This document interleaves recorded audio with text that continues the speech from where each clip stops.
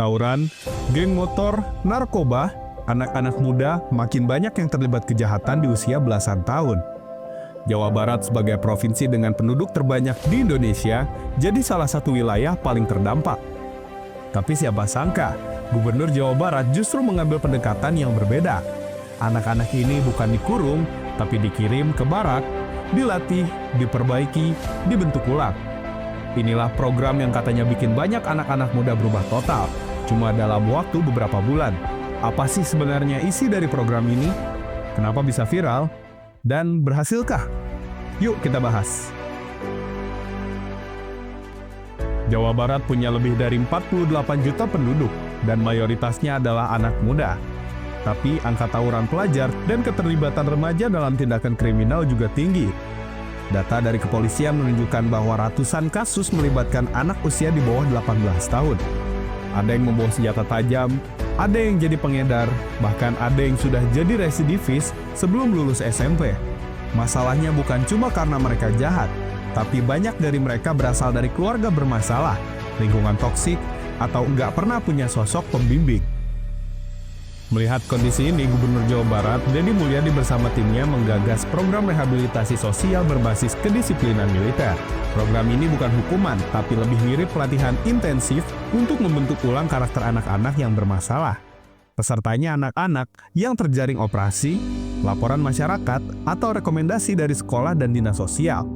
Mereka dikumpulkan dan dikirim ke tempat khusus, semacam barak pelatihan. Di sana mereka tinggal selama beberapa minggu hingga beberapa bulan. Hari-hari mereka tidak santai. Bangun jam 4 pagi, apel, lari pagi, sarapan bersama, latihan fisik, kelas motivasi, pelatihan spiritual, sampai kerja bakti sosial.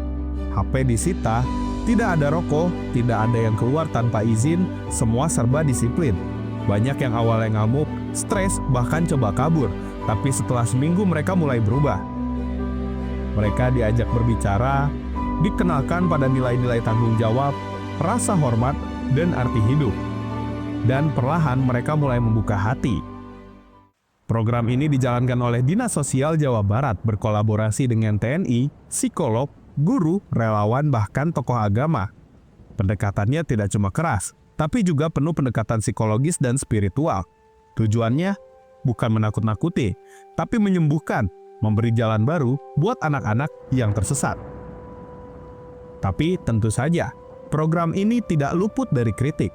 Beberapa pihak mempertanyakan efektivitasnya jangka panjang. Ada juga yang khawatir soal potensi kekerasan atau trauma psikologis. Tapi sejauh ini belum ada laporan serius tentang pelanggaran di dalam program. Bahkan banyak orang tua yang berharap program ini diperluas di kota-kota lain. Pendidikan barak bukan soal solusi satu-satunya, tapi dalam kondisi darurat ketika anak muda kehilangan arah, mungkin ini satu-satunya pilihan nyata yang bisa menyelamatkan mereka. Gubernur Jawa Barat sudah berani mengambil langkah keras, tapi juga manusiawi. Pertanyaannya sekarang, haruskah program ini diterapkan di provinsi lain? Atau adakah cara yang lebih baik? Tulis pendapatmu di kolom komentar. Like kalau kamu setuju anak muda harus dibina, bukan dihukum. Dan subscribe kalau kamu suka konten edukatif dan inspiratif seperti ini.